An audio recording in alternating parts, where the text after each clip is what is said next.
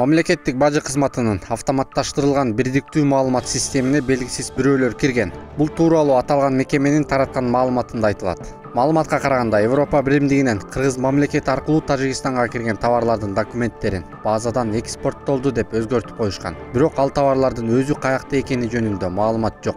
Бул коррупциялык схеманын кесепетинен Евразия экономикалык бирикмеси 8,5 миллион сом зыянга учураган. 2017-жылдан тартып ушул кезге чейин буга окшогон 11 материал тийиштүү мекемелерге жөнөтүлүп, 6 кылмыш иши козголгон. Булак Суперинфо.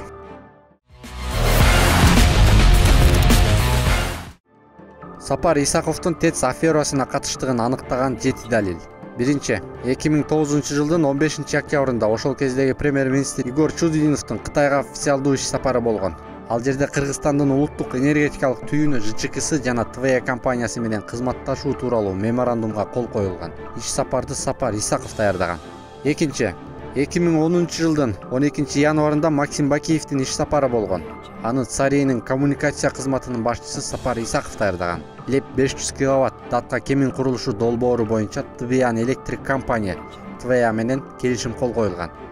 Үчүнчү, 2010-жылдагы революциядан кийин ТВЭ Кыргызстандан чыгып кеткен. Бирок президенттик аппараттын тышкы саясат бөлүмүнүн башчысы болуп 2013-жылы Сапар Исаков келген. Ал ошол учурдан тартып 2017-жылга чейин Кытайдын жана ТВЭнин өкүлдөрү менен 18 жолу жолугушкан. Акыркы 8 жыл ичинде 2009-2017-жылдары Кыргызстандын атынан ТВЭнин өкүлдөрү менен жолугушкан жападан жалгыз чиновник бул Сапар Исаков.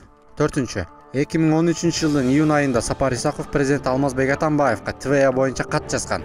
Ошол каттан кийин президент Атамбаев өкмөткө аталган чуулгандуу долбоорду ишке ашырууну тапшырат. Бешинчи, депутат Кожобек Рыспаев Сапар Исаков чакырып алып, ТВЭ маселесин көтөрбөшүн жана Атамбаевдин жини келип жатканын айтканы тууралуу билдирди. Алтынчы, Сапар Исаков ошол кездеги тышкы иштер министринин орун басары Аскар Бешимовдун бул келишимге кол койбоо тууралуу кеңешине көңүл бурган эмес. Жетинчи, Сапар Исаков эң чуулгандуу ЛЕП датка кемин, Legalas Trading, Huawei, Megacom, Кумтөр, China Road, ТЭЦ Бишкек сыяктуу долбоорлорго катышып келди.